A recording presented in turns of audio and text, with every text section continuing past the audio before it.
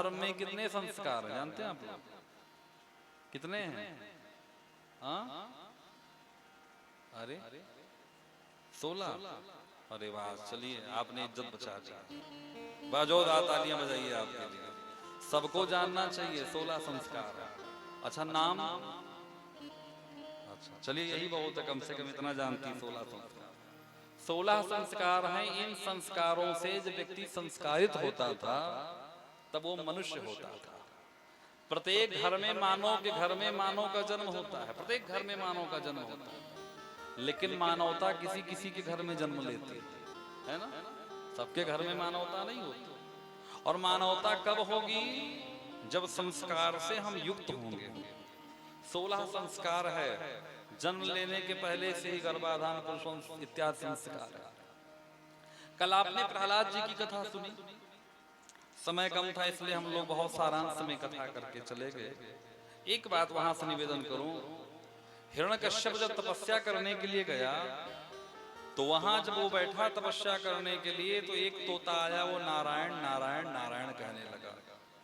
हिरण्यकश्यप ने जो नारायण नारायण सुना तो नारायण तो उसके शत्रु थे, तो कैसे मन लगे, हिरण्यकश्यप वापस आ गया। पत्नी जो कयाधु इनकी थी वो भगवान विष्णु की भक्त थी। पत्नी ने कहा आप गए थे तपस्या करने, इतनी जल्दी कैसे आ गए? इसने कहा वहां मेरा शत्रु नारायण का कोई नाम ले रहा था। पत्नी ने जो पति के मुख से नाम सुना भगवान का, तो पत्नी ने कहा ये बहुत सही अवसर है। मैंने आपको बताया था ना, पत्नी कौन?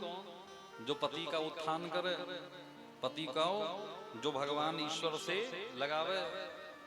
तो पत्नी ने सोचा ये बहुत सुंदर समय। बोले, पत्नी ने पूछा स्वामी जी तोता क्या कह रहा था?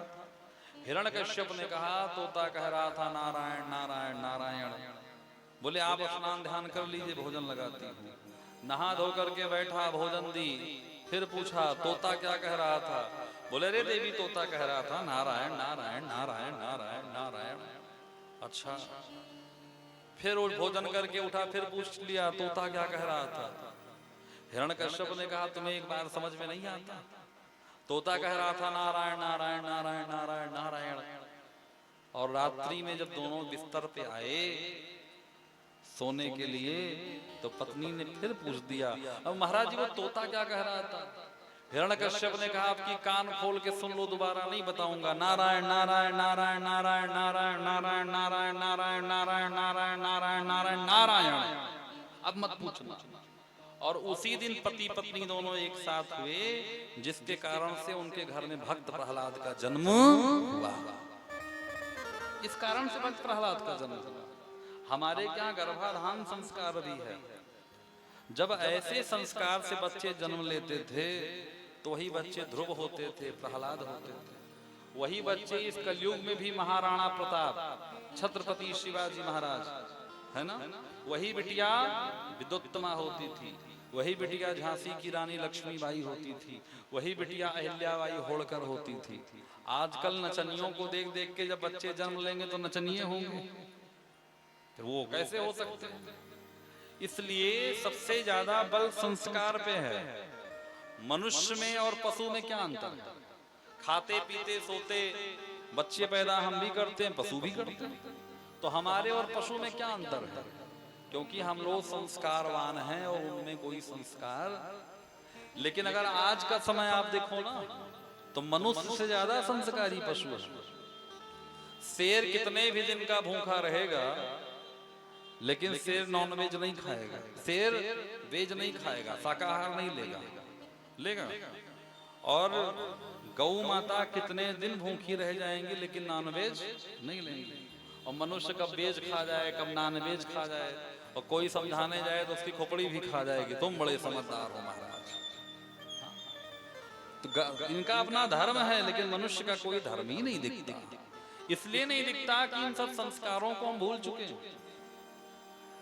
नामकरण संस्कार, अपने बच्चों का नामकरण संस्कार कराना चाहिए।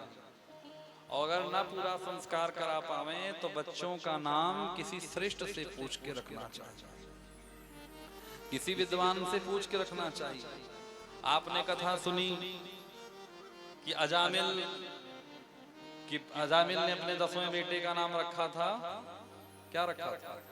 नारायण। तो नारायण को बुलाया तो भगवान के दूत प्रकट हो गए। आप अपने बच्चे का नाम रखते हो चिंटू, तो बुलाओगे चिंटू तो कौन भगवान आएंगे? इसलिए बच्चों का नाम भगवान के नाम पे रखना चाहिए।